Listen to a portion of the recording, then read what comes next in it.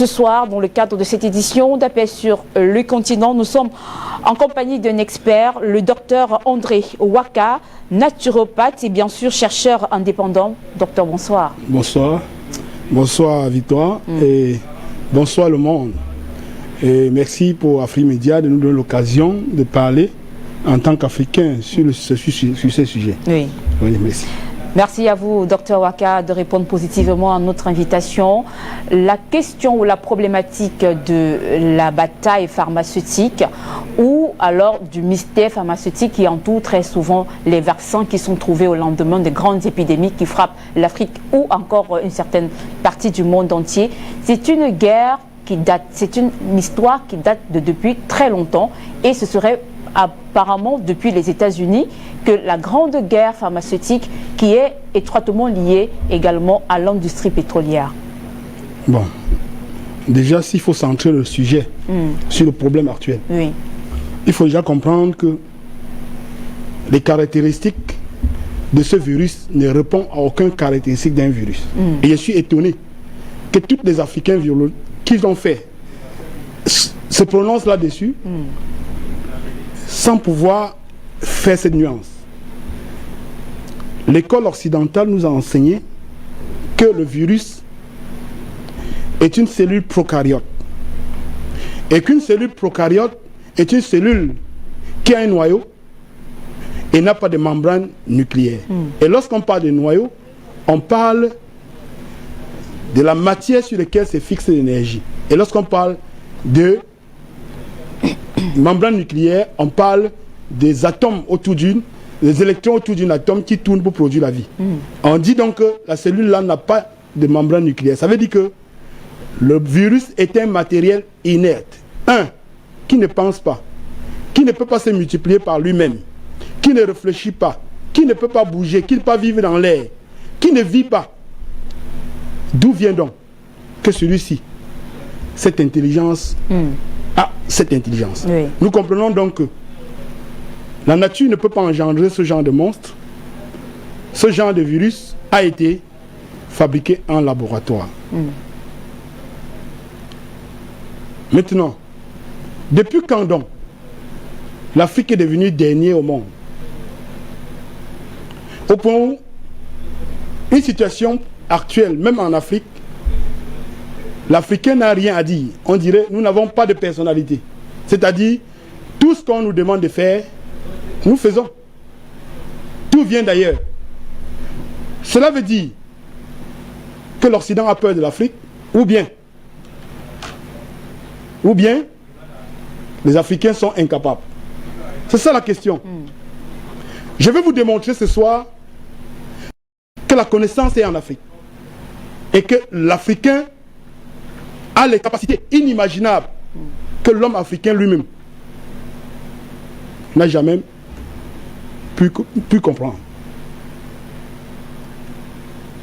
Donc, ça c'est une guerre pharmaceutique qui vise à neutraliser le monde et à le contrôler.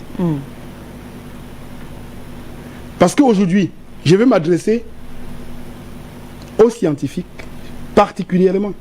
Parce que mon langage doit être scientifique. Oui.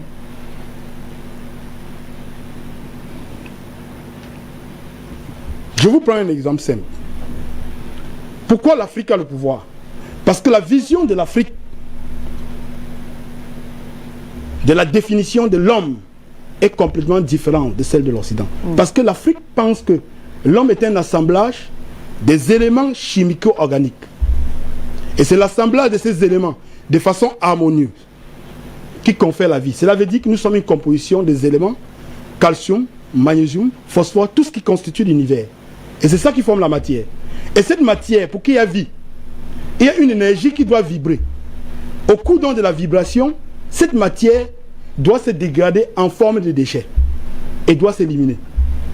Et l'organisme enclenche un processus de la famine pour que vous mangez pour récompenser ce qui a été perdu. Et là, la vie continue.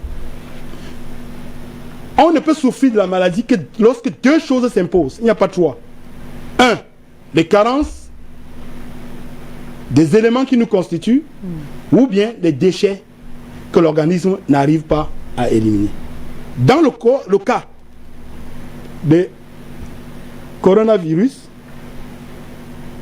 le virus ne peut se mouvoir que dans les déchets.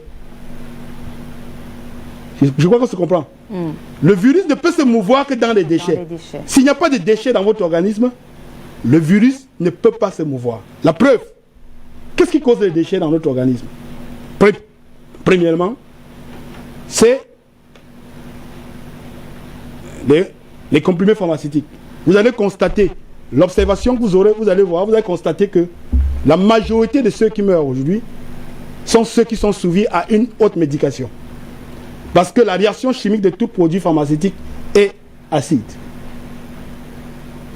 Or, lorsque vous êtes diabétique au bout de 15 ans, ayant reçu près de 4000, ayant reçu des millions de comprimés dans votre organisme, automatiquement votre organisme serait dans un potentiel acide. C'est pour cela que le virus ne peut se mouvoir que dans l'acide. Or, il faut déjà comprendre que le virus ne se multiplie pas par lui-même. C'est le processus qui l'engendre, que sa présence oblige la carte d'ADN de le reproduire. Or, pour que la carte d'ADN soit capable de le reproduire, il faut qu'il y ait une charge acide qui pèse sur la carte d'ADN. Car la carte de l'ADN est chargée en ion négatif. S'il y a les charges en potentiel hydrogène, s'il y a les charges positives en potentiel hydrogène, qui lui fait pression, le processus de réplication de la cellule devient difficile et il peut faire des virus. Il peut reproduire le virus. Voilà là où il y a le problème. Donc, l'Afrique a la solution. Pourquoi? Parce que la nature a fait des choses, toutes choses, la dualité ne fait les choses qu'en paire. L'alimentation que nous consommons, il est défini en deux groupes. Les aliments alcalins et les aliments acides. Or, les aliments alcalins sont des aliments dont, à l'intérieur, ils portent en elles des substances minérales. Et les aliments acides sont les aliments dont ils portent en elles des substances acides. Ne portent pas de substances minérales. Alors, ça fait donc que, lorsque vous consommez les aliments qui ne portent pas de substances minérales, la réaction chimique dans votre corps produit l'acidité qui favorise les bactéries et les virus. Lorsque vous consommez les aliments basiques, quel est leur rôle? Le rôle est de produire au sein de votre organisme les substances basiques qui ont la capacité de neutraliser l'acidité. Et là, si vous avez neutralisé l'acidité, le terrain devient basique, il n'y a plus possibilité à un germe de se développer. Or, lorsqu'on parle d'aloe vera aujourd'hui, on parle de moringa aujourd'hui, sont les aliments basiques dont leur charge en potentiel hydrogène est élevée. Alors, docteur Waka, quel est davantage ce que vous nous dites nous édifie très bien sur la question physiologique, anthropologique de l'homme noir et de l'homme de façon générale, et comment comprendre également davantage comment ce virus est né, comment il mute et autres. Mais quelle est la réponse aujourd'hui que les naturopathes apportent face à cette épidémie? Il faut déjà comprendre une chose. L'épidémie, ce virus ne menace que les organismes faibles. Et lorsqu'on parle de faibles, ce sont les organismes où le potentiel hydrogène est acide. Ça veut dire qu'il y a excès de déchets à l'intérieur. Vous comprenez? Alors, le but donc de consommer les aliments comme les aloe vera, l'oignon, tout ça, vise donc à nettoyer l'organisme, puisque par réaction chimique, les éléments basiques qui s'y trouvent vont neutraliser les acidités. Et lorsqu'ils ont neutralisé l'acidité, le terrain devient basique, il est incapable de se développer. On nous dit que le virus a la capacité de muter. Donc lorsqu'on parle de mutation, on veut dire quoi? Que le virus peut quitter de la zone acide à la zone basique et continuer à poser ses actes. Mais seulement il faut savoir, aucun virus fabriqué par l'homme ne peut traverser la base de 8,5. Le potentiel hydrogène de 8,5. Or, en consommant ces aliments, de manière que votre potentiel hydrogène atteint 9, tous les virus se détruisent. Donc, la réponse africaine, c'est de conseiller les Africains de manger des aliments alcalins. Consommer des aliments alcalins. Je vais vous prendre un exemple.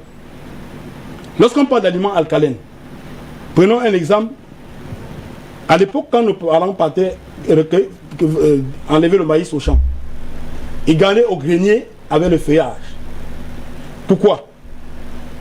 Parce que s'ils exposent le maïs à l'intempérie, la chaleur va faire absorber la substance minérale parce qu'ils sont solubles dans l'eau. Hein? Et là, le maïs restait avec toute sa substance. Parce qu'à l'intérieur d'un élément, dans une entité, si la substance minérale s'est évaporée, l'aliment devient acide. Donc si vous continuez à manger les substances comme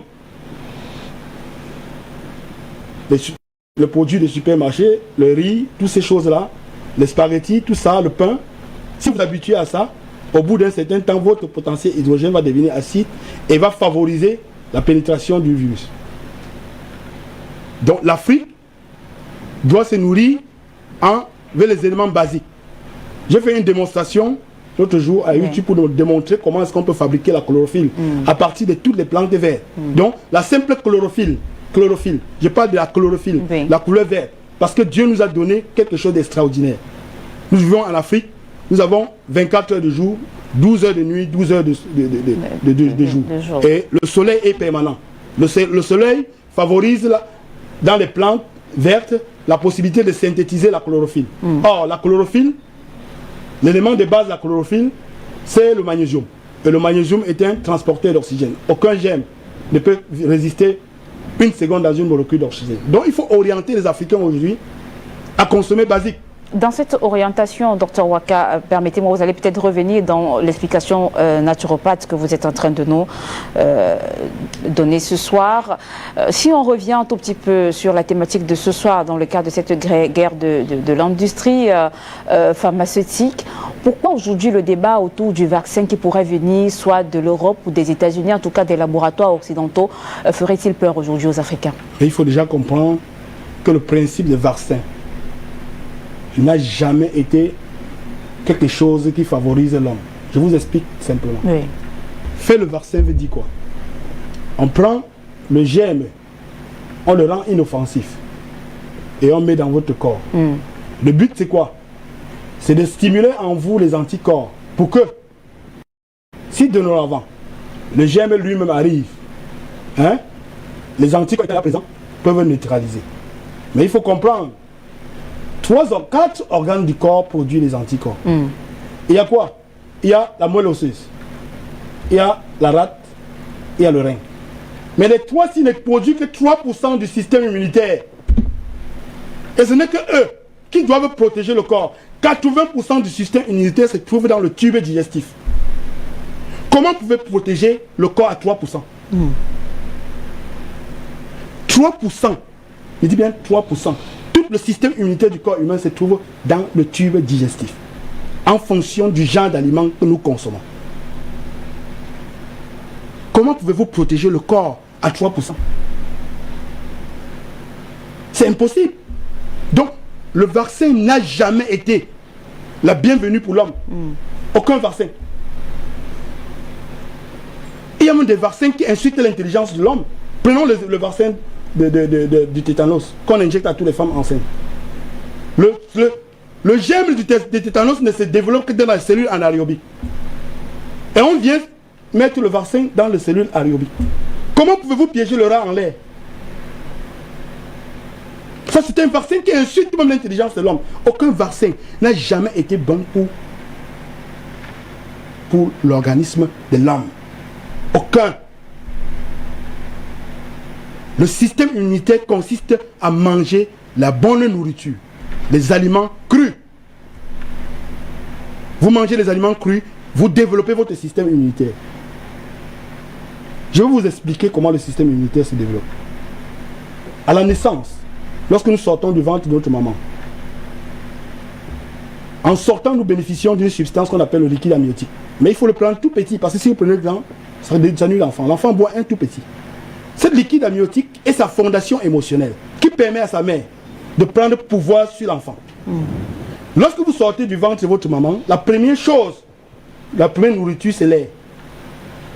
Vous devez respirer l'air. C'est votre première nourriture. Et dans l'air, il y a 76% d'azote, 21% d'oxygène, 1% d'hydrogène et 1% de gaz carbonique. dans l'hydrogène, loge toutes les bactéries qui existent sur Terre. Lorsque vous respirez les bactéries et vous inspirez les bactéries. Alors, ces bactéries-là, la variété des bactéries qui va former ta flore intestinale dépend donc de l'aliment que vous mangez. Si votre maman mange le pain régulièrement et produit votre lait serait la résultante du pain. Cela veut dire, les bactéries qui vont se fixer dans votre tube digestif seront en fonction du genre d'aliment que vous mangez. Et c'est la variété des bactéries. Par exemple, l'être humain aujourd'hui a besoin d'une variété de bactéries qu'on appelle les bifitus. Et c'est ces bifitus qui ont la capacité de produire en tout temps l'oxygène pour abonder votre organisme. Donc, l'humidité du corps humain à 80% se trouve dans son tube digestif. Comment pouvez-vous donner la possibilité à l'organisme de se protéger à 3%? Et justement sur ce débat, on voit qu'en réalité, bon nombre d'organismes internationaux lancent un appel au continent africain et demandent à soutenir et accompagner le continent africain dans cette crise sanitaire. Pourtant, on voit qu'en Afrique, même si l'Afrique aujourd'hui est menacée, l'Afrique aujourd'hui n'est pas autant menacée que certains pays en Europe comme l'Italie, l'Espagne, la France, comme on le voit. Pourquoi aujourd'hui le débat autour du vaccin semble davantage prendre la direction? Mais il faut savoir que d'ici un bout de temps, si la situation ne change pas, la situation de peur ne change pas, les Africains vont commencer à mourir. Je vous explique le procédé. Einstein disait en son temps que le champ magnétique est l'âme qui gouverne les particules. Cela veut dire que quoi? Si on prend votre corps, on dépose ici, on divise en 20 millions de morceaux. À un moment donné, on va retrouver la cellule, vous devenez invisible. Cela veut dire que le corps n'est que la concentration de l'énergie. Et si on vous déconcentre, vous revenez à la forme des énergies. Qu'est-ce qui conduit les énergies? C'est la pensée. Cela veut dire que toute manifestation psychologique a un impact physique. Dès l'instant où vous avez peur, vous produisez au sein de votre organisme des substances comme l'adrénaline. Au bout de 3 jours, votre organisme va absorber tout le sucre de votre corps et vous mettre en état de fébrilité. Un autre hormone va entrer en jeu, le cortisol, pour chercher à vous produire le sucre. Et qu'est-ce qui transforme? Il transforme les déchets et le sucre de muscles pour fêter les muscles, pour donner l'énergie au cerveau. Alors, cela veut dire que si on continue dans la situation de peur, l'adrénaline que nous devons produire, la levée que nous allons boire ne serait plus capable de neutraliser la toxicité que notre corps produit lui-même. Et ainsi, le terrain serait favorable au virus. Je ne sais pas si je me fais comprendre. Donc, cette situation de peur, si ça perdure, l'organisme va entrer dans un processus de déclin et favoriser la pénétration du virus. Donc, il faut tout faire pour que les Africains restent dans la sérénité. Parce que chez eux, ils ont tout ce qu'il faut pour neutraliser ça. Oui. Tout ce qu'il faut. Mais les résultats ne sont toujours pas là, visiblement. De ce côté-là, on assiste quand même à des morts de tous les jours, des centaines de personnes qui décèdent. Et c'est aussi peut-être un échec sanitaire en Europe et ou encore aux États-Unis. Pourquoi la réponse de ce côté-là n'est pas si efficace? La direction est toujours en Afrique, au cœur du débat, dans ce débat du vaccin. C'était ça ma préoccupation, Dr Waka. Oui, justement parce que l'Afrique est le champ d'expérimentation. L'Africain refuse de se prendre en charge.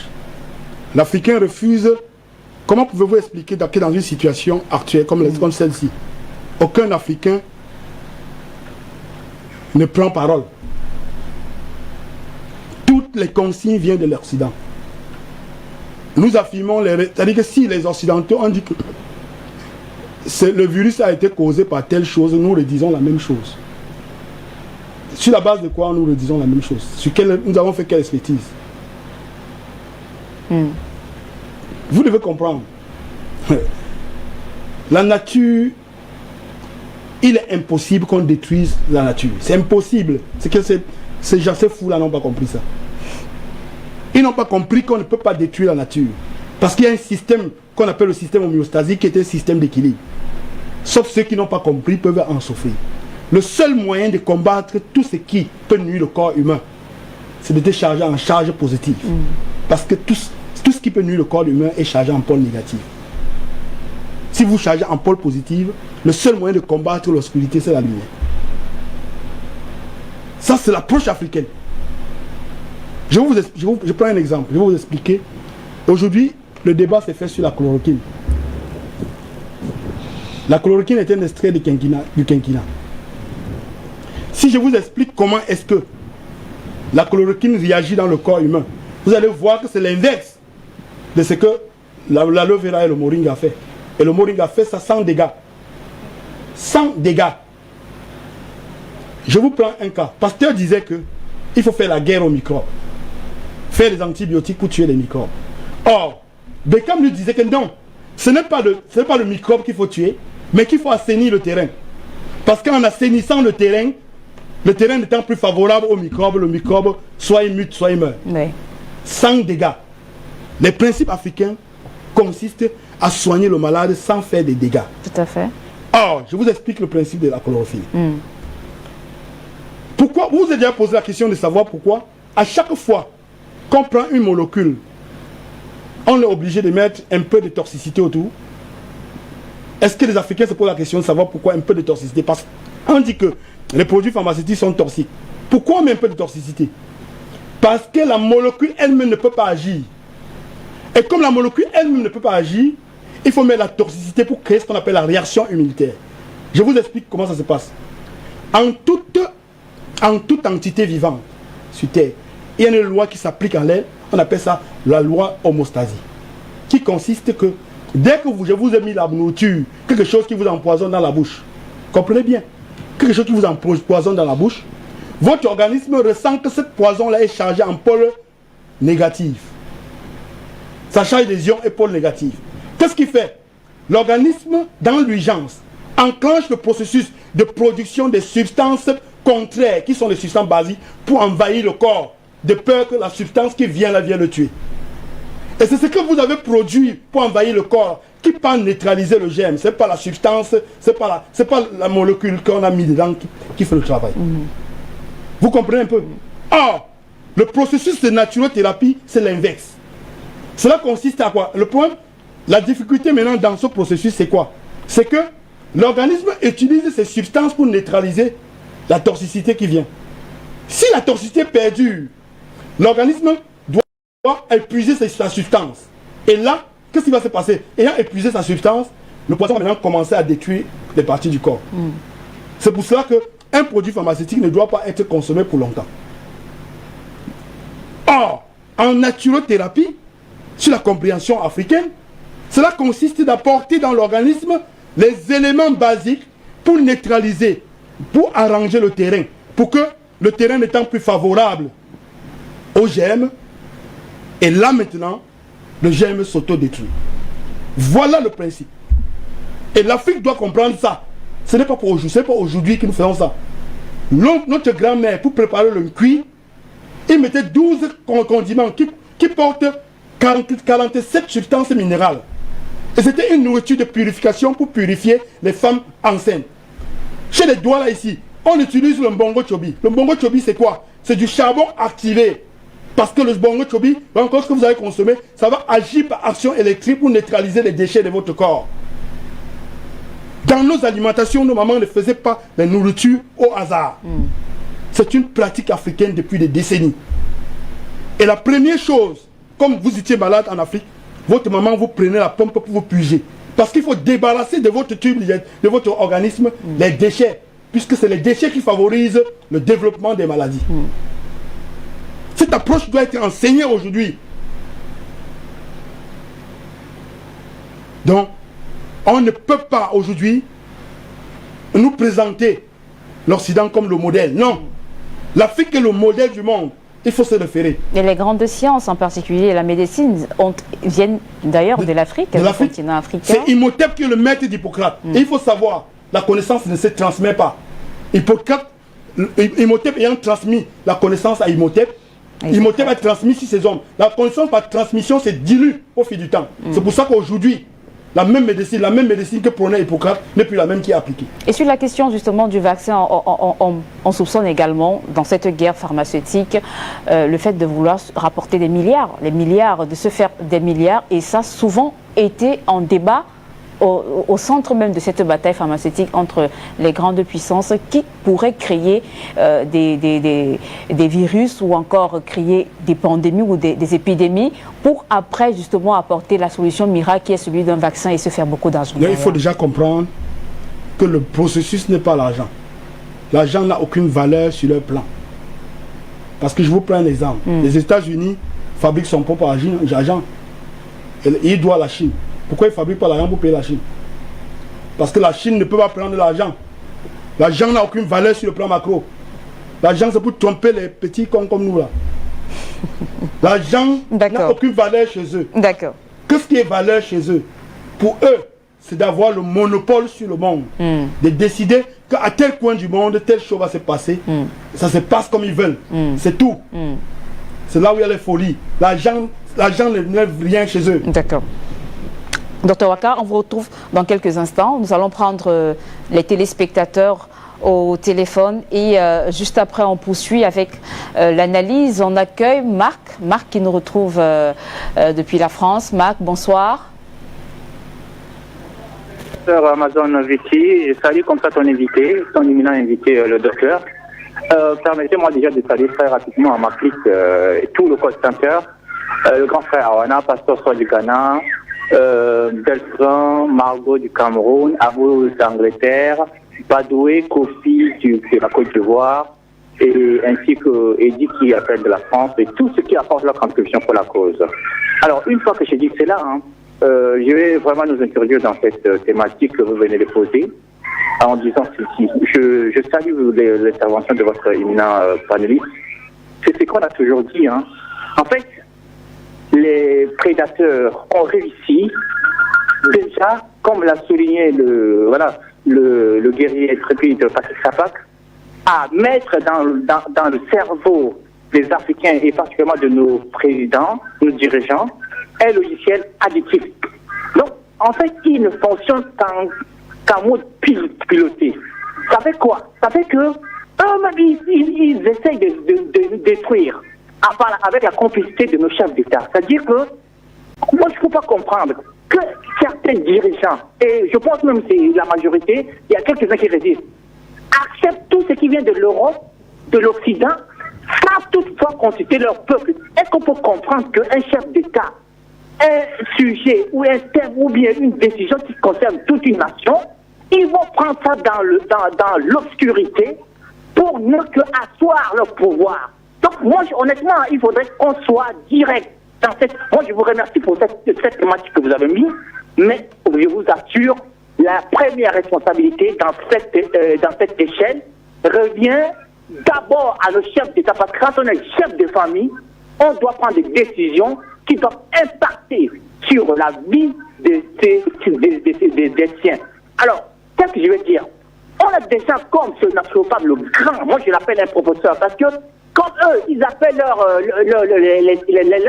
des professeurs, on a des professeurs, certains professeurs qui parlent, mais comme l'Africain ne reconnaît jamais l'expertise des siens, et c'est pour ça qu'on souffre. Donc moi je pense que cette situation nous permet désormais aux Africains de prendre notre responsabilité, et je dis que ça doit partir des dirigeants. Pourquoi je dis ça? Parce que les dirigeants sont là eux aussi à phagocyter tout ce qui travaille pour l'intérêt de l'Afrique. Quand il y a un qui sort une formule, un médicament pour soigner les Africains, qu'est-ce qu'ils font?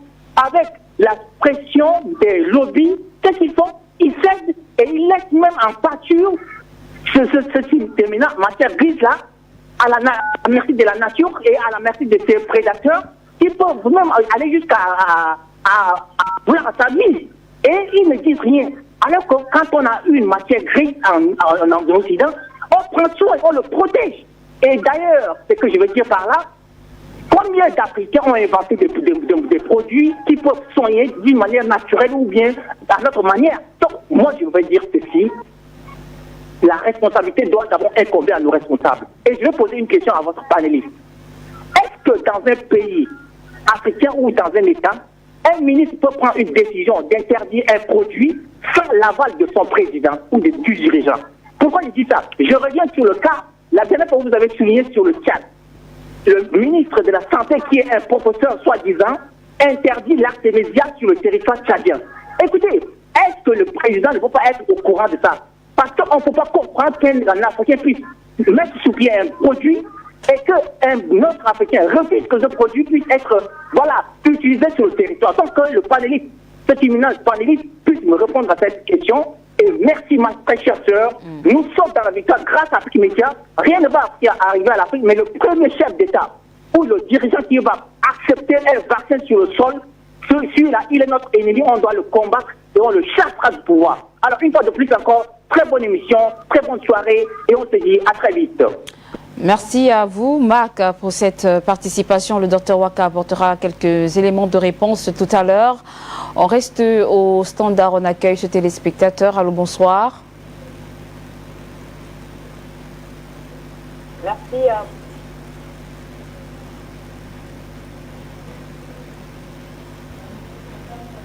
Allô, bonsoir.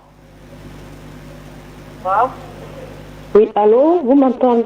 Oui, allez-y, oui. Allez-y, on vous écoute.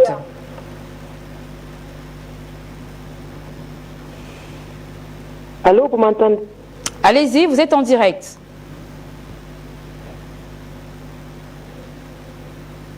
Allez-y, on vous écoute.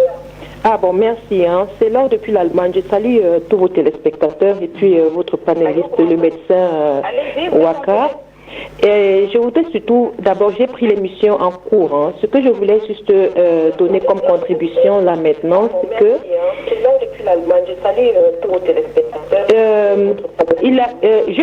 je me suis toujours violemment opposée aux mesures de confinement. Et je pense que certainement le docteur Waka a très bien développé cela, parce que il a été démontré, et c'est ça la nature du virus. Lorsque vous confinez des gens, vous avez ceci qui se produit, c'est que les gens confinés n'ont pas accès à de l'air frais, à de l'oxygène frais. Alors ils développent un stress oxydatif dans leur corps, qui est justement le milieu même par excellence pour amener le virus qui se sent justement comme attaqué à se développer, à se multiplier de façon exponentielle et à aussi produire des substances toxiques. Ce qui fait donc à ce moment, vous devez extrêmement contagier et vous développez la maladie, et c'est comme ça que vous contaminez également les autres à côté. C'est la raison pour laquelle il est absolument nécessaire de ne jamais confiner des gens. La preuve, nous souffrons chaque année ici en Allemagne de virus d'influenza, mais jamais on a confiné qui que ce soit. Au contraire, les médecins vous demandent toujours allez dehors, prenez de l'air frais. Allez dehors, prenez de l'air frais. Les enfants sont toujours en train de jouer dehors parce qu'il faut de l'air frais pour essayer de rafraîchir les poumons. Et avec cet air frais comment je peux dire, le bien-être à l'intérieur, ça amène plutôt le virus à se calmer, ne pas se sentir en danger. Et quand le virus ne se calme pas en danger, il n'a pas de raison de se multiplier à tort et à travers et développer des toxines. La deuxième chose que je tenais aussi à dire, M. Waka a abordé ce sujet. Tandis que les Européens ont pour stratégie de lutte contre le virus ou bien les microbes, de l'éradiquer avec la pire des conséquences qui fait que ça les affaiblit et les rend excessivement susceptibles à toute forme, même déjà d'allergie. Ils ont un système immunitaire qui n'est pas développé. Or, qu'est-ce que fait l'Afrique? Nous n'éradiquons pas nos microbes. Les épidémies, ils s'installent, nous les apprivoisons. Nous apprivoisons les bactéries, les microbes, tout ce que vous voulez comme virus, au point où chacun finit par trouver son compte. Et il y a une notion de vie en symbiose. Parce qu'à la fin du compte, il faut toujours se rappeler qu'il n'existe pas de système immunitaire solide tant qu'il n'y a pas une attaque bactérienne. Le système immunitaire a toujours besoin d'être confronté à des microbes et à tout pour se développer et tout se performer au fil du temps. Il a aussi ajouté quelque chose, le professeur Waka, et je donne absolument raison, quand il dit que les vaccins sont les dangers pour le corps humain. Moi-même, je suis immunologiste et je suis chercheuse depuis pratiquement plus de 20 ans dans la recherche, que ce soit la recherche fondamentale, préclinique ou clinique, j'y suis. On parle par exemple des vaccins inutiles, les vaccins contre la varicelle, contre la rougeole et tout. Ce ne sont même pas déjà des maladies. Ce sont comment je peux appeler, des phénomènes qui font partie du développement, qui sont nécessaires et imposés par la nature pour le développement de chaque enfant. Alors quand vous empêchez un enfant de faire sa varicelle, de faire sa rougeole, vous lui enlevez les éléments fondamentaux pour plus l'État a développé un système immunitaire qui lui permettra de lutter contre pratiquement tout, et même pour développer l'intelligence nécessaire. On a vu que ça empêche pratiquement un développement équilibré des enfants. La preuve, vous n'allez qu'avoir des enfants ici d'un système immunitaire excessivement fébrile, des enfants qui développent toutes sortes de maladies et surtout des maladies héréditaires. Et ça part du fait que déjà à la naissance, on leur donne des vaccins à n'en plus finir, des vaccins pour tout et complètement tout. Je voudrais chuter ici en disant que on se rend compte que finalement avec cette pandémie-ci, comme ils appellent pandémie, moi je me limite à dire épidémie, il s'agit plus d'une guerre des chiffres. Moi j'aimerais savoir, le professeur Waka, à quoi ça sert de tester les gens et nous dire tel est positif, tel est positif. C'est ça une méthode de traitement? Nullement. Si c'était le cas, on aurait déjà commencé par ces mesures quand il s'agit du paludisme. Si personne ne s'est jamais fichu de savoir fait que on va dépister, on va tester tous les individus en Afrique pour voir qui est positif de paludisme et après donc soit les confiner et puis les traiter. Ça n'a jamais été une méthode de traitement de quoi que ce soit. Laissez la population en paix. Vous n'avez pas besoin de tester ou de dépister quoi que ce soit. Celui qui va développer le Covid, et si c'est effectivement quelque chose qui va détruire l'Afrique ou bien un pays africain, on ne va pas tarder pour voir en une seconde 100 morts. Le problème, c'est que ça ne s'est jamais produit jusqu'ici en Afrique et ça ne se produira pas. Pour la simple raison que, si on prend le cas du Burundi, le Burundi ne teste pas ces gens. Ils sont à zéro, mais pas parce qu'il n'y a pas de Covid là-bas, mais ils ne les testent pas parce qu'ils n'ont pas le moyen et ils préfèrent ne pas le faire. Mais est-ce que vous avez entendu que subitement il y a eu 100 morts de Covid ou quoi que ce soit parce que le Covid se trouve là-bas, ou bien vous pensez qu'il n'y a pas de chiffre là-bas parce que ça n'existe pas? Mais non, c'est pour tout simplement dire que c'est une maladie la plus quelconque et elle ne saura jamais être un problème de santé ou de santé en Afrique. Si dans le cas où on laisse tout simplement cette maladie, ce virus tranquille, si je peux appeler comme ça, qu'on ne traumatise pas la population et qu'on n'en fasse pas un problème qui est un problème importé et purement et simplement européen. C'est toujours comme ça que nous faisons, nous intégrons les problèmes des gens dans notre vie. On finit par être cela où la maladie viendra se déposer et on va nous décimer par rapport à ça.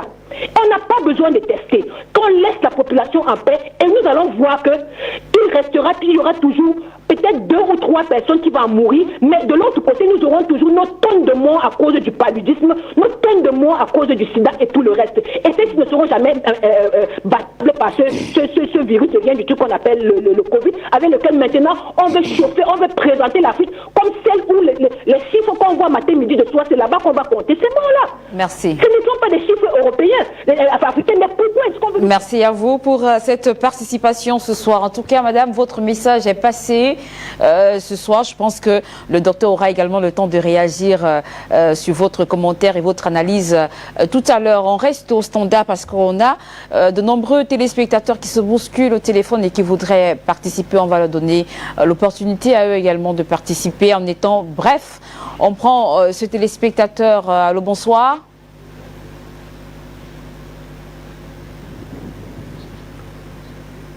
Monsieur Jean, depuis les États-Unis, c'est ça? Madame, bonsoir. Toi, Dibala, nous vous saluons. Nous saluons aussi votre invité, Dr Waka. Et vraiment, nous félicitons vos interventions, Dr Waka, et puis l'intervention de notre sœur qui vient de partir. Et tout est fait pour faire peur à l'Afrique. Parce qu'ils pensent que l'Afrique ne vaut rien. Elle est un dépotoir. Il n'y a personne là-bas, c'est eux qui sont des gens valables. C'est faux. N'ayons pas peur. Ce que Dr Waka développe là, c'est très clair. Et c'est très important. C'est encourageant. Mais est-ce que nos dirigeants, les décideurs, écoutent? Ils ont leur conscience tournée vers l'Europe. Ils ont leur idée implantée. C'est comme ça qu'on les a fabriqués. C'est comme ça qu'on leur... C'est comme ça qu'on les a fait. Alors qu'en Afrique, nous avons tout. Alors, ce que moi, si je veux dire, avec ma simple contribution, c'est d'encourager les Africains à ne pas avoir peur. Être vigilants, à prendre les précautions nécessaires, à ne pas du tout avoir peur. Néanmoins, on ne peut pas ignorer cette maladie.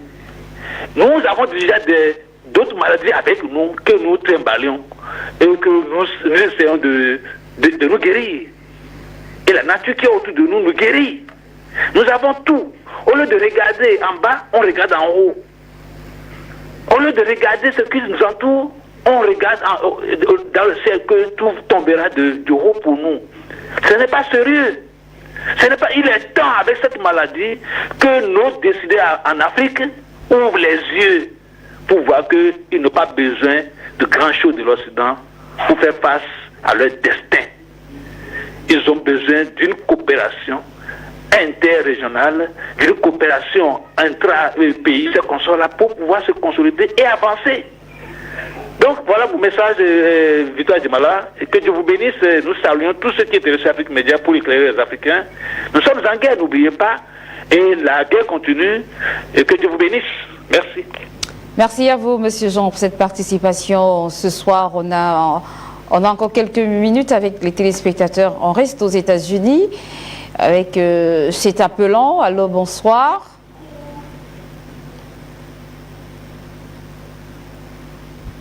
Allô, bonsoir. D'accord, je suis en ligne. Oui, allez-y. Vous êtes en direct. Oui, bonsoir, Princesse Djimala.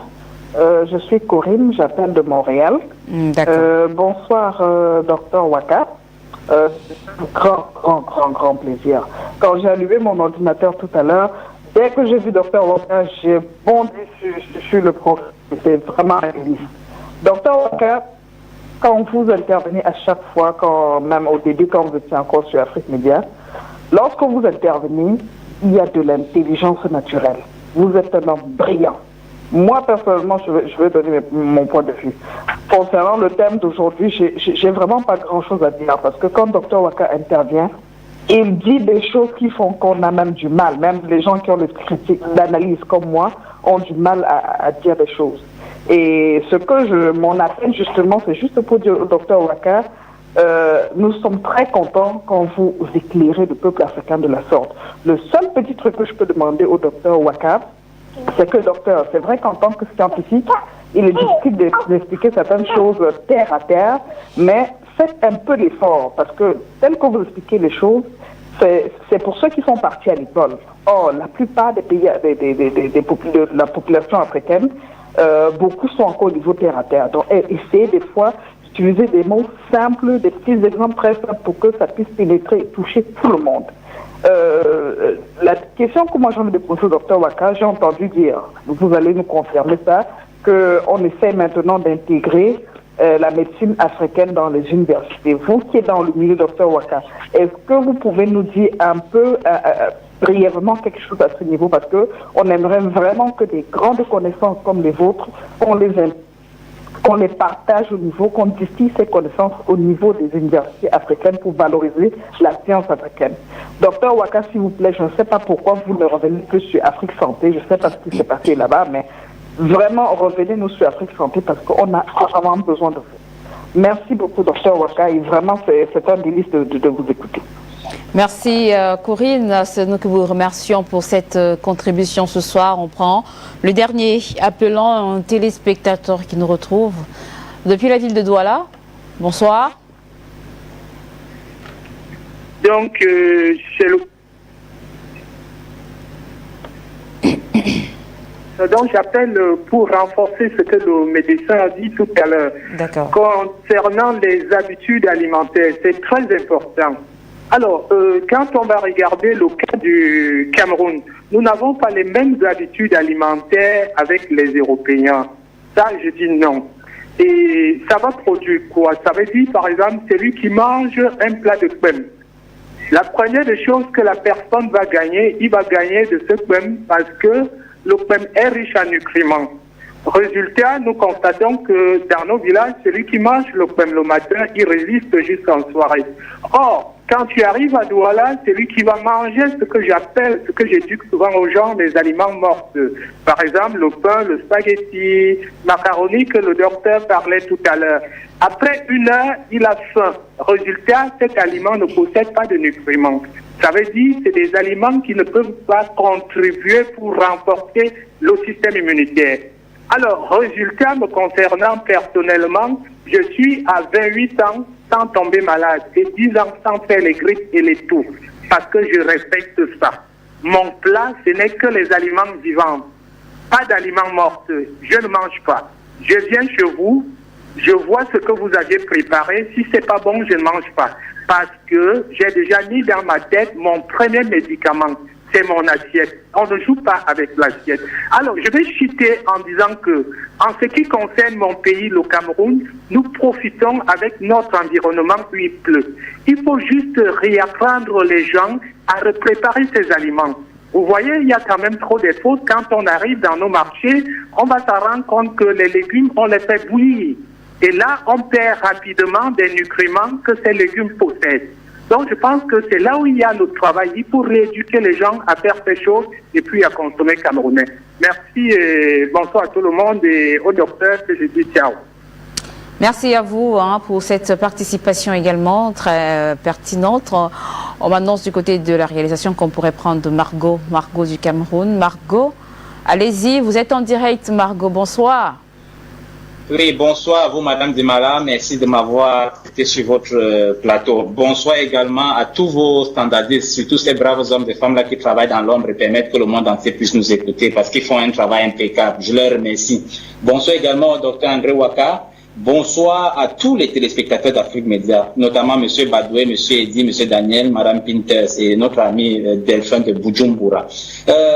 Pour moi, cette situation va créer un nouveau ordre mondial, Mme Dimala, parce que je dirais même que c'est déjà la démondialisation, parce que les pays qu'on croyait être les pays les plus développés à l'abri de tout besoin sont ces pays-là aujourd'hui qui accourent, qui ont besoin d'aide. Vous voyez, la Russie apporte de l'aide aux États-Unis, le Cuba apporte de l'aide à l'Espagne, la Chine apporte de l'aide à la France et ainsi de suite. Et nous apprenons par ricochet, en disant avec votre sujet, qu'il y a un groupe de médecins français, encore la France, avec à leur tête un Camille Lodge qui ont ressuscité un BCG disant que c'est un vaccin qui existe depuis des années et qui doit être mis sur pied d'ici quelques temps et être testé en Afrique. Donc, pour moi, le rôle ici, comme Afrique Média est une chaîne qui porte, une chaîne qui défend le continent africain, c'est d'attirer l'attention de tous les Africains, de tous les pays de l'Afrique. Qu'aucun vaccin ne doit être testé ou administré à un citoyen africain sur le territoire africain, Madame Dimala. Je suggère, c'est une suggestion, à mon avis, je propose que la direction d'Afrique Média recommence à marteler, comme mettre de côté les sujets politiques, qu'on commence à marteler tous les jours sur cette histoire de vaccin-là, afin qu'aucun dirigeant africain n'ait le courage, Madame Dimala, d'accepter cette hypocrisie-là sur le territoire africain. Vous voyez avec quelle brillance le docteur André Ouaka et ainsi que ses collègues qui sont déjà passés, le docteur Noumessi, le docteur Dean et tous ceux qui participent à Afrique Santé ont développé, ont prouvé que nous pouvons faire face à cette maladie-là. L'intervention de Madame Laure de l'Allemagne tout à l'heure, corrobore avec ce que nous avons souvent dit, le confinement général ne peut pas fonctionner en Afrique. Donc, il faudrait que nos dirigeants écoutent parfois les leurs afin d'appliquer ces simples mesures-là, ces mesures-là qui sont bénéfiques pour nous, qui peuvent être appliquées dans notre biotope. Je vous remercie, Madame Dimala, je ne me mobilise pas la parole. Je vous remercie, je remercie le docteur André Ouaka que nous restons écoutés. Merci et bonne continuation. Merci. C'est nous qui vous remercions, Margot, pour votre fidélité et votre participation ce soir.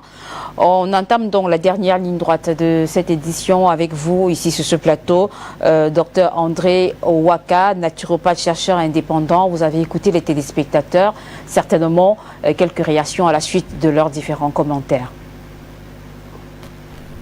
Comme je n'ai pas tout retenu, les questions. Alors, on a déjà Marc de France, le premier appelant, qui voulait savoir si un ministre de la Santé pouvait prendre un certain nombre de décisions, peut-être outrepasser celle de son chef d'État face peut-être à une pandémie comme celle-ci, puisque lui, il est beaucoup plus dans le domaine, peut-être encore plus proche des techniciens.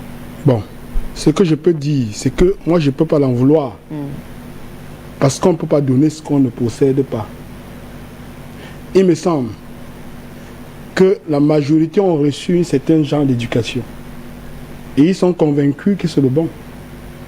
Au point où ce qui est autour ne les intéresse pas. Et si vous êtes un homme qui est dans cette perspective,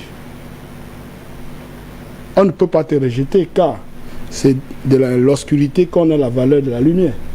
Donc moi je dis, si notre responsabilité doit dépendre d'eux, c'est un problème. Il va falloir que chaque Africain prenne ses responsabilités. Parce que nous parlons de pays développés. Goudronner partout, faire de belles maisons. Mais il faut savoir que un homme qui fait 10 jours sans être en contact avec le sol pour bénéficier de l'énergie terrestre est un homme susceptible d'être intoxiqué. Parce que l'énergie terrestre participe à désintoxiquer notre corps. Le fait simplement que notre corps, notre plante de pied soit en contact avec le sol. Maintenant, si se développer consiste à extraire l'homme, parce que penser que le développement devait mettre l'homme au centre. Moi, je vois que le principe de développement d'aujourd'hui qu'on nous présente est erroné. Revenons sur le verset, puisque quelqu'un parlait sur le verset. Oui, tout à l'heure. L'être humain que nous sommes, pour procréer, on a besoin du spermatozoïde et de l'ovule. Or, deux organes fabriquent le sperme. Il y a la prostate qui fabrique le liquide cervical et le testicule qui fabrique le spermatozoïde.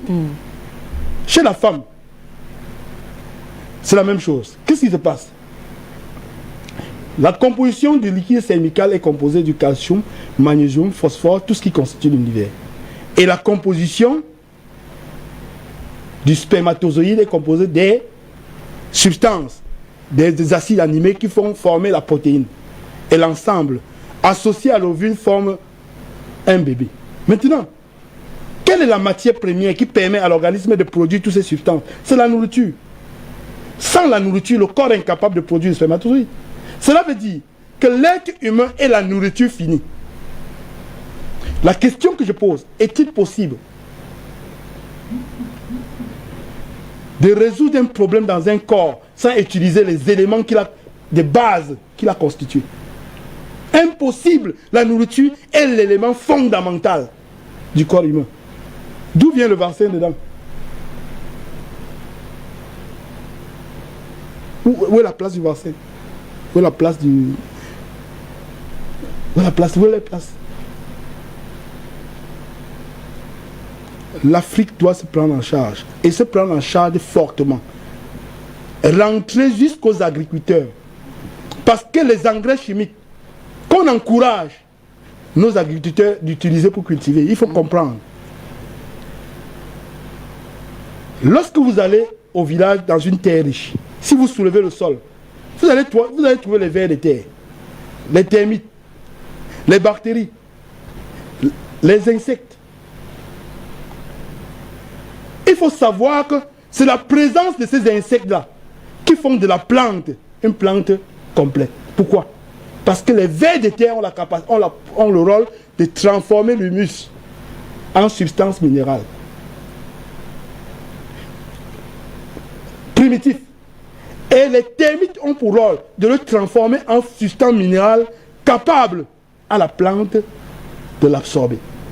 Et les bactéries ont pour rôle de transformer l'azote de l'air en une azote vivante pour que l'ensemble forme une plante complète. 57 étapes. L'ensemble de ça, on appelle la biomasse. On devrait éviter. Lorsque vous versez l'engrais sur la plante, ces insectes-là quittent le milieu. Les insectes quittent le milieu. Et qu'est-ce qui va se passer? La plante ne peut se développer que sur les trois propriétés de l'engrais. L'azote, le phosphore et le potassium. Or, l'engrais lui-même a été découvert pendant pendant la Première Guerre mondiale. Comment? Lorsqu'on jetait les bombes quelque part, on revenait trouver la végétation. Une végétation empoisonnée. Parce que cette matière déversée là-bas s'est transformée en azote. Vous comprenez donc que si aujourd'hui nous nous inspirons des effets de la guerre dévastateurs pour cultiver nos plantes, nous avons dit ici que nous sommes de la nourriture évoluée. Si nous sommes de la nourriture évoluée et que nos plantes sont dénaturées, nous n'attendons que des hommes dénaturés. Donc, l'Africain doit revenir à la source. Les moyens pour fertiliser les champs naturellement sont faciles. Les plus faciles possibles. L'engrais n'apporte rien, c'est une tromperie. On peut utiliser les méthodes traditionnelles et cultiver à obtenir 5-10 fois plus que les engrais. Tout à fait. On a la préoccupation de Corinne des États-Unis, je pense, qui vous adressez cette préoccupation. Elle voudrait savoir si la médecine africaine a été intégrée dans les universités, peut-être au Cameroun ou dans d'autres pays africains. Elle voudrait avoir. Il faut comprendre que nous sommes dans un continent où, lorsque le ministre veut rassembler les gens, il rassemble ceux qui vont dire oui. Lorsqu'on dit qu'on veut monter, on descend, on monte, on descend, ils acceptent. Les gens comme nous, on ne les rassemble pas. Moi, nous avons initié une formation pour former les jeunes, pour le futur. Mais qui peut valider ça? Parce qu'on ne comprend même pas le processus. Nous avons tout un programme. J'ai écrit pendant 10 ans un programme scolaire. Qui peut écouter ça? Parce qu'on veut des gens, quand on va dire qu'on monte, on descend. Vous ne pouvez pas me dire, je vais dans une conférence où on parle du paludisme. Mais celui qui fait la conférence, c'est un médecin. Et il veut me faire comprendre que le palu est causé par le moustique. Le moustique ne peut jamais être la cause du paludisme. Vous comprenez que tout ça, si vous voulez analyser, aujourd'hui, nous sommes sur le Covid-19. Les orientations qu'on nous donne. Prenons l'exemple sur d'autres orientations qu'on nous a données. Quand on nous dit que le paludisme est causé par le moustique, faisons une analyse. C'est ce que tout le monde sait. Faisons une analyse. Docteur. Le moustique fait partie de la biodiversité. Élément utile pour la vie. Je vous explique. Si vous vous blessez maintenant, le sang va couler. À un moment donné, vous constatez que le sang ne coule plus. Pourquoi? Parce que l'organisme va aller dans les réserves, prendre les coagulants pour venir coaguler le sang. Pour arrêter que le sang ne coule plus. Alors, si le coagulant est en excès dans votre corps, la circulation sanguine devient impossible. Par conséquent, la nature met les moustiques. Quand le moustique te pique, il te transmet un anticoagulant. Pour que l'anticoagulant là devienne pathogène pour produire le paludisme, il faut qu'il trouve que ton sang est sale. Et c'est dans la saleté qu'il mute pour devenir pathogène. Vous comprenez? C'est dans l'acidité que le germe la mute pour devenir pathogène. S'il n'y a pas de saleté, il n'y a pas possibilité de mutation. Lui devient utile. Dans ce cas, est-ce le moustique la cause ou bien c'est qui rend le corps acide? Vous voyez donc qu'on oriente les gens. Le seul moyen de combattre le paludisme, c'est d'acheter le moustiquaire. Et on sait bien quand vous allez au WC, le moustique va vous piquer.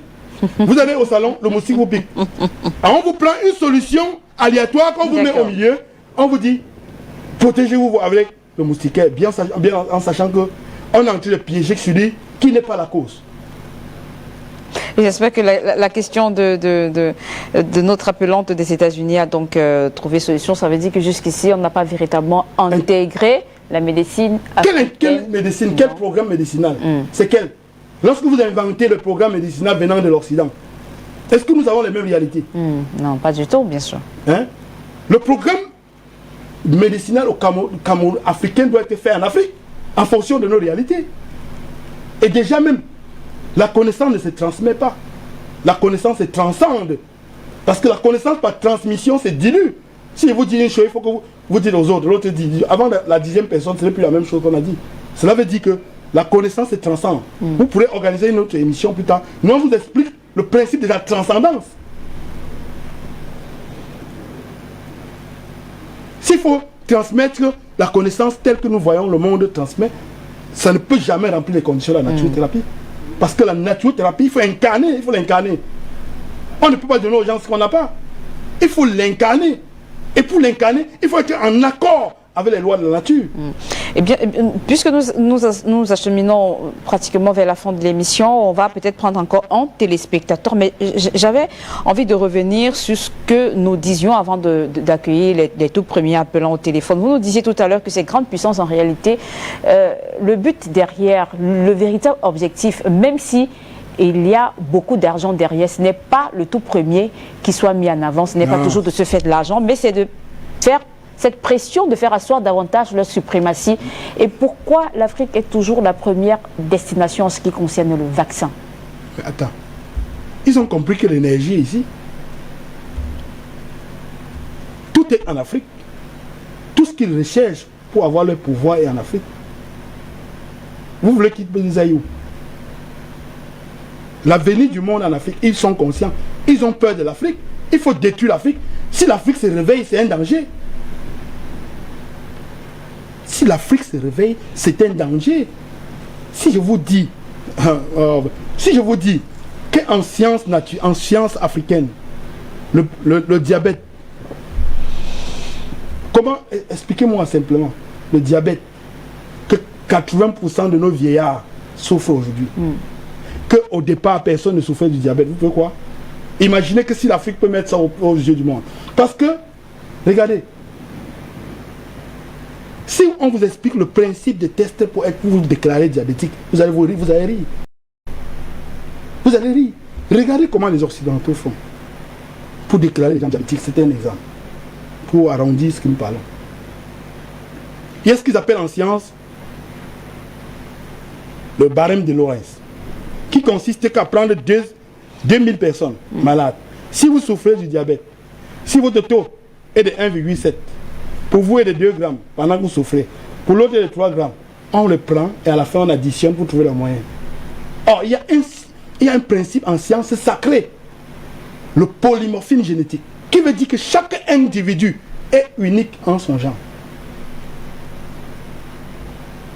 Comment peux-tu, si tout le monde est unique en son genre, comment pouvez-vous prendre les résultats dans un environnement donné et venir appliquer dans le monde entier à des hommes qui ne sont même pas dans cet environnement, bien que les hommes sont uniques en leur genre?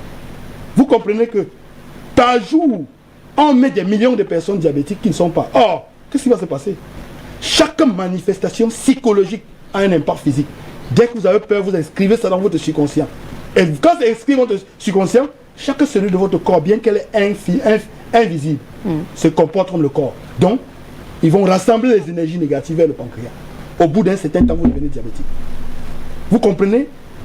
Vous imaginez que ce genre d'approche, s'il est découvert si l'Afrique le met au grand jour, c'est un danger pour l'Occident. Donc, l'Afrique fait peur à l'Occident. Merci. Merci à vous, Dr Waka. On vous retrouve pour la fin de l'émission. Juste le temps d'accueillir ce téléspectateur qui nous retrouve depuis la France. Monsieur Hegel, je crois. Allô, bonsoir.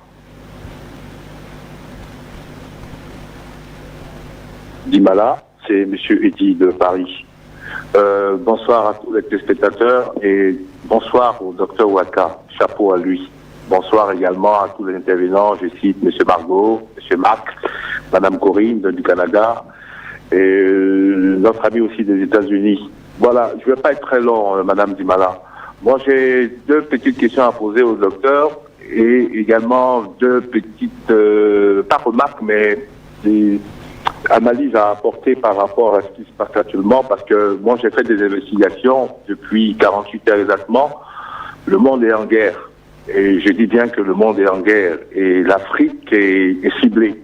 Quand je dis que l'Afrique est ciblée, je veux dire que l'ensemble de tous chercheurs, médecins, professeurs qui auraient même prétendu avoir une solution pour le coronavirus sera passé au plan B, selon ce qu'ils ont décidé. Moi, sur l'Europe, je sais de quoi je parle, je ne veux pas aller très loin, mais l'Afrique est grande et Dieu est avec nous, même si beaucoup ne sont pas croyants. Moi, je crois à un très haut qui veille quand même si ce continent qui attend son père.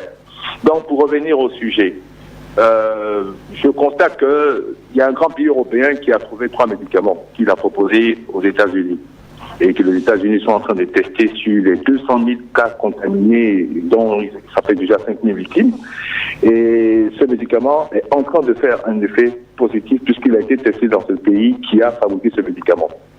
Nous, en Afrique, je viens de voir également dans une dépêche qu'un éminent professeur dans l'état de Nougou au Nigeria aurait trouvé un médicament traitant le coronavirus fabriqué à base de produits énergétiques destinés à renforcer le système immunitaire. Un peu l'exposé du Dr Waka. Est-ce qu'il n'est pas temps? Maintenant, je pense que nos dirigeants nous écoutent, où ils ont une cellule qui nous regarde. Il n'est pas temps de renforcer ce programme qu'avait entamé la CEMAC pour la recherche scientifique en Afrique, pour commencer déjà à ne serait-ce que développer des produits qui pourront commencer à traiter les cas suscités dans la zone CEMAC, en Afrique de l'Ouest, en Afrique du Nord s'ils le veulent, en Afrique de l'Est également. Pourquoi je dis ça? Parce que moi je suis un témoin vivant de la des médicaments, des produits pharmacopées. À l'époque, j'avais des dates et on me prescrivait Amaxéril. Je ne sais pas si j'ai prononcé bien le mot. Mais lorsque un ami ghanéen, mon père, m'a dit que non, c'est pas la peine de t'emmerder avec ce produit, il y a un produit que le Ghana fabrique depuis des lustres, utilise-le et tu vas voir. Je vous assure, Dr Waka, j'ai utilisé ce produit, je n'ai plus le nom en mémoire, tout a disparu et ça fait 30 ans.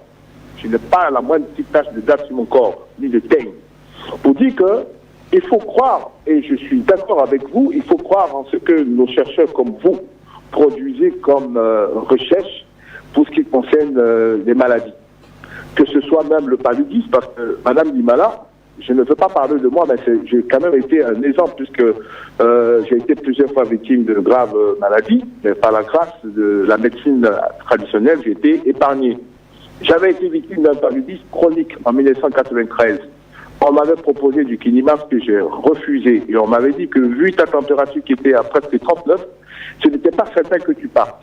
Mais grâce à un tradipraticien qui m'a donné une portion à base de racines, il m'a fait un traitement de 2 semaines, et je vous le dis, jusqu'aujourd'hui là, je n'ai pas contracté le moindre paludisme dans le corps. Quand bien même j'ai été en mission en Afrique avec mes collaborateurs européens qui ont été frappés de palud, et moi j'étais épargné.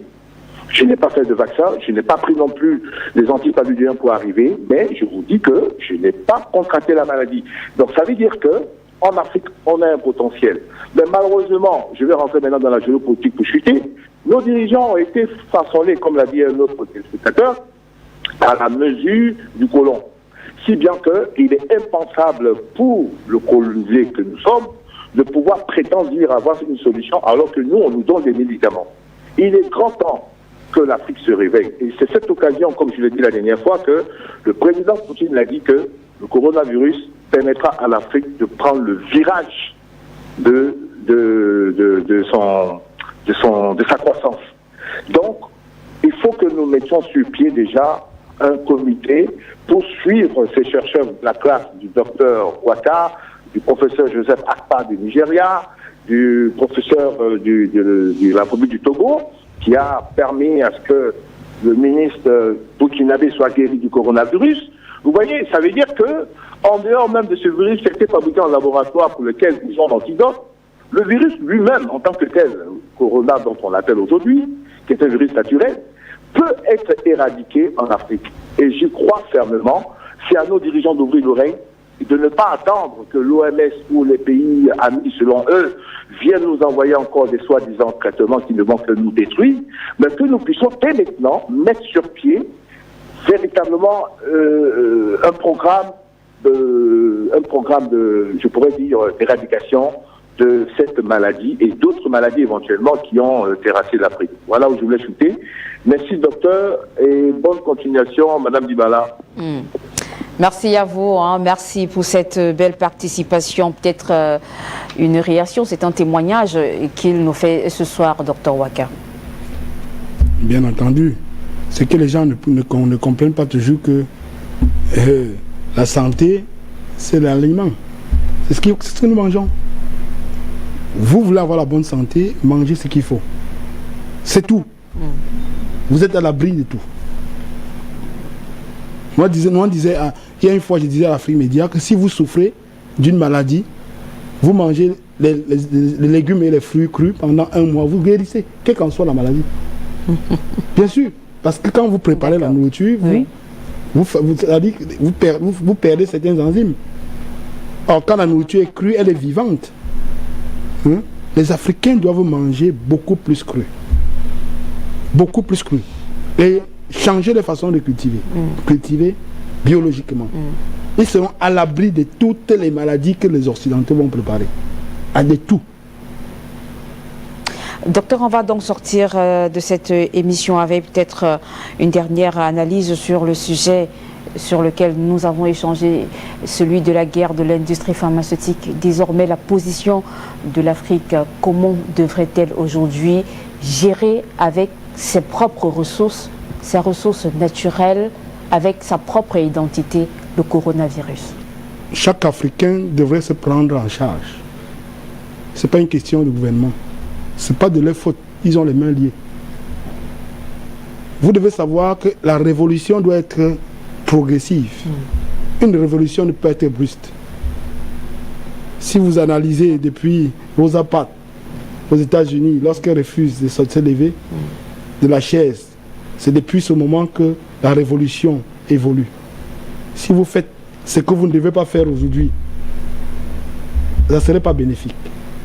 Aujourd'hui, la révolution doit être pour chaque Africain. Chaque Africain devrait se prendre en charge et savoir que tout produit industriel participe à favoriser le coronavirus dans son corps. S'il veut avoir un organisme solide qui mange des produits cultivés au terroir et cultive des produits naturels qui n'ont pas subi de transformation. Ainsi, il chargera son organisme en pôle positive. Ainsi, tous les pôles négatifs qui viendront seront neutralisés. Ça, c'est la solution. Ce n'est pas un problème du gouvernement. Chaque Africain devrait se prendre en charge. Ça, c'est... Et comprendre une chose. Si on continue à avoir peur, la situation va s'inverser. Si on continue à faire peur aux Africains et qu'ils acceptent ce mensonge, la situation va s'aggraver parce qu'au bout d'un certain temps, ils vont commencer à produire les substances acides qui vont favoriser le développement du virus. Et de deux, il y a un test qu'on veut faire à chaque Africain aujourd'hui. Ils appellent ça le test virologique. Oui. Il faut savoir que on recherche dans le sang quoi? Les CD4. Qu'est-ce qui produit ça? C'est la moelle osseuse. Il faut savoir que lorsqu'on a peur, la moelle osseuse refuse de libérer les CD4. Et leur absence démontre que votre charge virale est élevée. Vous comprenez là où il y a un problème? Donc, il y aura des personnes qu'on va déclarer charge infectée, or qu'ils ne sont pas infectés, sur le fait de la peur. Parce que pour détecter que votre charge est virale, c'est la présence de CD4. S'ils sont en absence, on suppose donc que les virus les ont avalés. Or, quand vous avez peur, votre organisme refuse de les libérer. Donc ça, c'est une nuance. Donc c'est un problème. Le seul moyen pour l'Africain de combattre le coronavirus, c'est de bien se nutrir. Tout ce qu'on a cité, ginger, oignon, l'ail, tout ça, sont bien pour la santé parce que ce sont des aliments basiques. Et leur potentiel hydrogène étant basique doit donner à l'organisme la possibilité de défendre toutes ces incohérences qui arrivent de l'extérieur. Voilà. Merci encore, docteur André Waka, d'avoir accepté l'invitation d'Afrique Média ce soir. Ça fait plaisir, parce que mon rôle, c'est de servir l'Afrique. Quand l'occasion se présente pour que je sers l'Afrique, je l'essaie. Merci encore à vous. On espère vous retrouver lors des prochaines éditions d'échanges et de débats sur nos plateaux. Voilà, mesdames, messieurs, nous sommes arrivés au terme de cette autre édition de la semaine de votre quotidienne du décryptage de l'actualité et de l'information africaine et internationale. Appel sur le continent sur la télévision panafricaine. Le rendez-vous, vous le connaissez très bien. On se dit à très vite, toujours sur cette antenne, pour d'autres sujets plus intéressants. Et ce sera toujours avec votre contribution, votre participation et fidélité qui nous honore.